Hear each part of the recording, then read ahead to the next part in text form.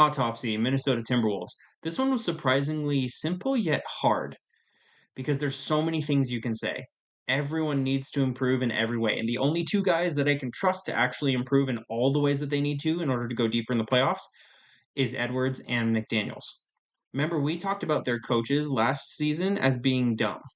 We talked about their players in the last few years as being unserious and naive. Remember them celebrating winning the play-in championship?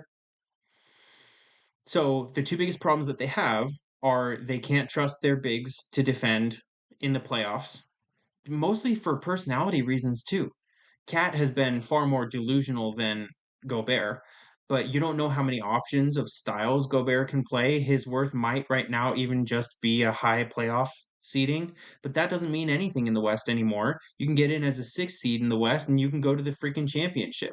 The West is just so much better than the East that the whole seeding is messed up, and they need a guard who can create off the dribble who isn't Edwards. That was so sad to watch in the Dallas series. It made Dallas look like just all league defenders, watching all the Wolves run away from the ball and Ant just continuously driving and resetting with nobody being open, no movement at all.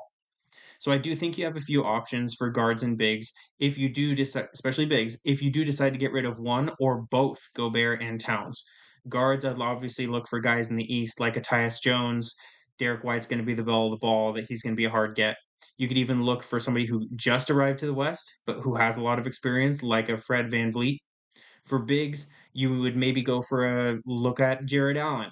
Maybe look at, if he's not made of glass, Patrick Williams.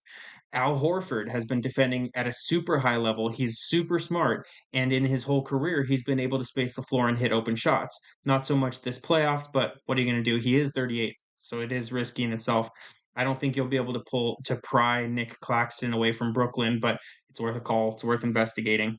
The biggest thing for them is hook up Gobert and Towns to lie detector tests.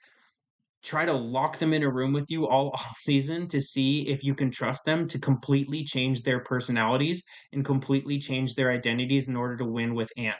And if you can't, get them out of there and trust Edwards will bring guys along and help them develop.